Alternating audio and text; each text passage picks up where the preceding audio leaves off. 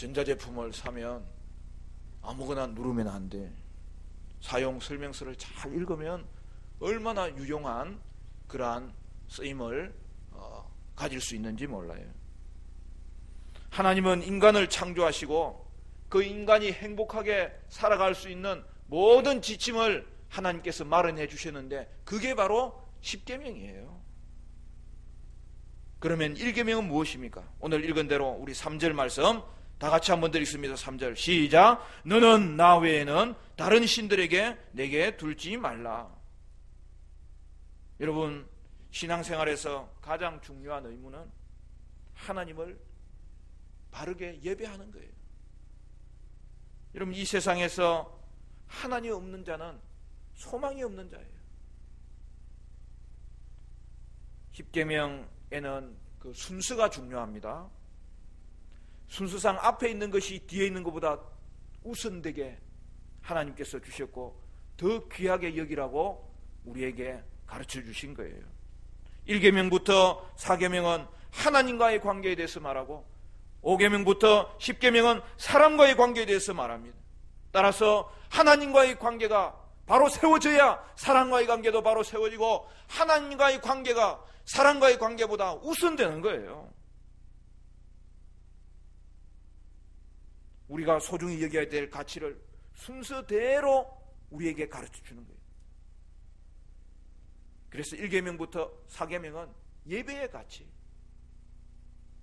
5계명은 권위의 가치, 6계명은 생명의 가치, 7계명은 결혼의 가치, 8계명은 소유의 가치, 9계명은 명예의 가치, 10계명은 자족의 가치를 말하고 있는 거예요.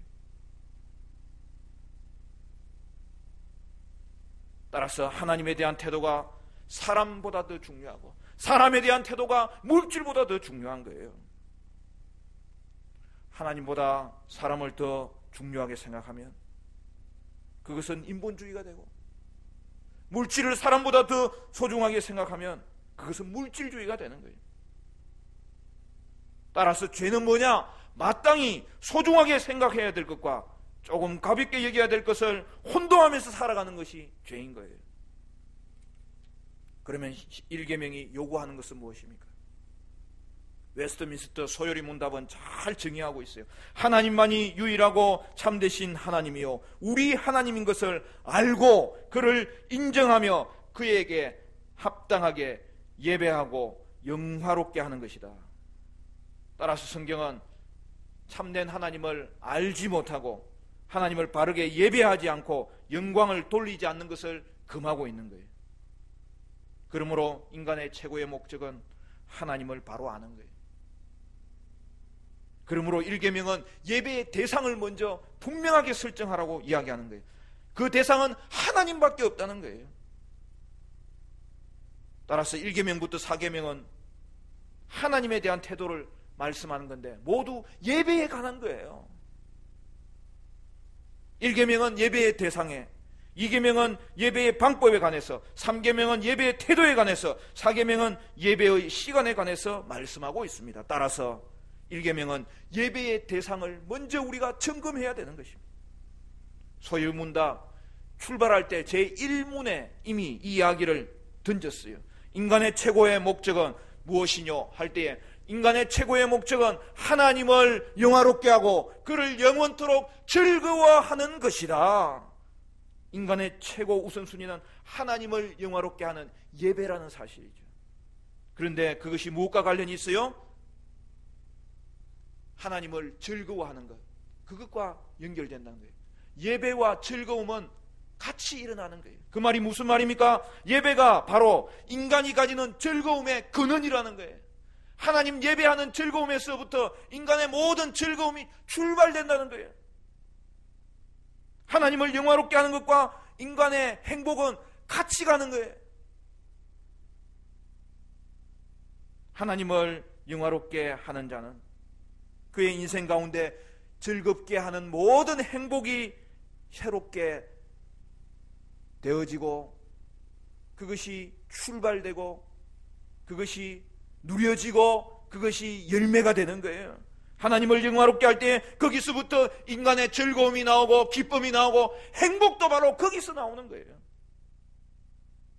여러분은 하나님을 유일한 참 하나님으로 알고 나의 하나님으로 알고 인정하고 예배하고 영화롭게 하는 것을 통하여서 여러분의 삶 가운데도 즐거움과 기쁨과 행복이 충만한 은혜가 있게 되시기를 간절히 축원합니다. 그러면 1계명은 금하는 것이 뭡니까? 거꾸로죠. 하나님을 바르게 알지 못하고 바르게 예배하지 않는 모든 행동과 태도와 모든 자세를 말하는 거예요. 하나님에 대한 잘못된 생각 중에 가장 대표적인 것은 무신론이에요. 무신론은 하나님이 없다고 하는 거예요. 그래서 인간은 진화의 산물이라고 이야기하는 거예요. 그것은 사실은 몇 세기 되지 않는 18세기 이후에 일어난 일이에요. 그런데 사람들은 야, 너 오늘따라 원숭이 닮았다. 그러면 얼마나 또 기분 나빠하는지 앞뒤가 맞지 않는 거예요. 무신론자들은 하나님이 보이지 않는 그 단순한 이유로 하나님 없다고 생각하는 거예요. 여러분, 죄인된 인간이 거룩한 하나님을 직접 보면 그날 바로 죽어버리는 거예요. 답은 간단해요. 하나님 제대로 보려면 어떻게 하면 돼요? 벌써 그때는 죽어 있는 거예요. 죽으면 다 보여요. 근데 그때는 늦어요.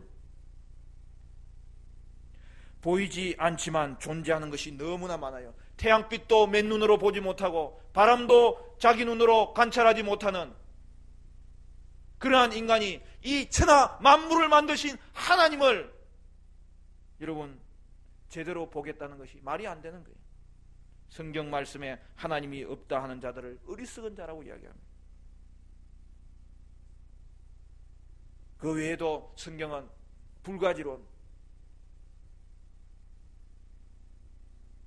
하나님의 존재를 알 수가 없다, 다신론, 하나님께 가려면 뭐 다양한 방법이 있다, 이신론, 하나님은 창조는 했지만 지금 우리에게는 간섭하지 않는다, 범신론, 그냥 눈에 보이는 것이 다 신이다, 그런 온갖 잡다한 생각들을 하나님 앞에 금지하는 것이 성경 말씀의 말씀 내용입니다.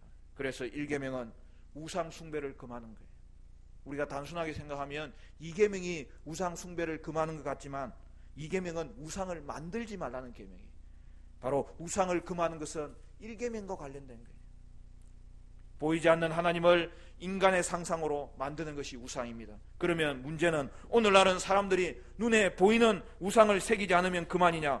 그런데 우상이 존재한다는 것이죠.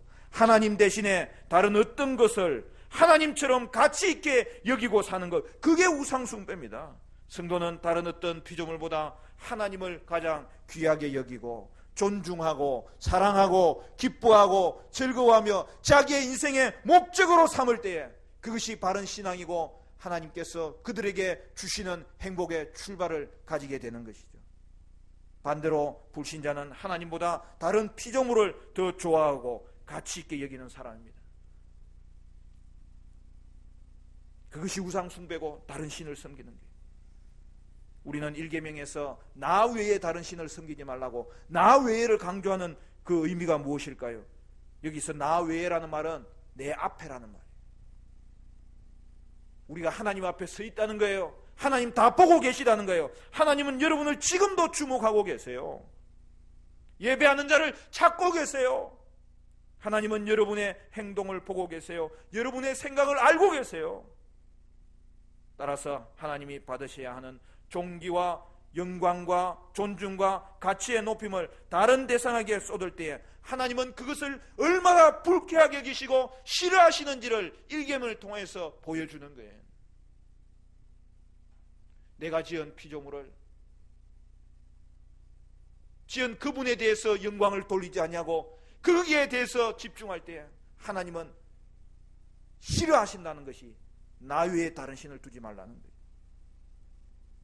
사랑하는 성도 여러분, 여러분에게 나는 이것 없으면 나는 못 살아, 그런 것이 무엇입니까? 그게 우상이에요.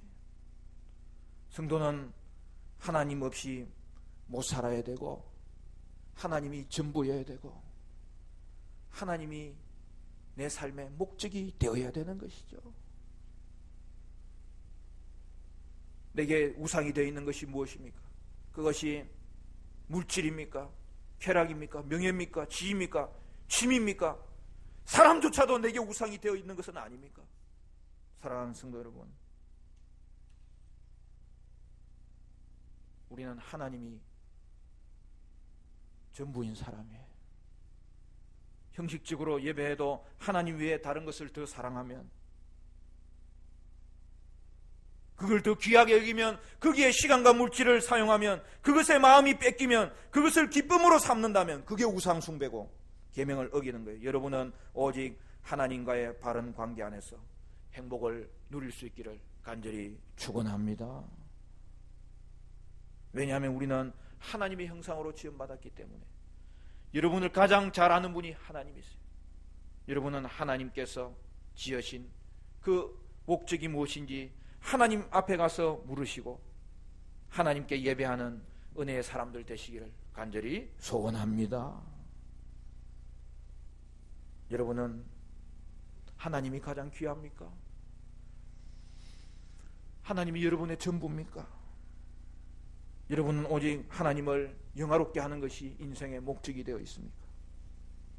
이것이 여러분이 하나님께서 주신 이 일계명을 지키고 있는지 우리에게 다시 점검하도록 하나님께서 물으시는 기준입니다.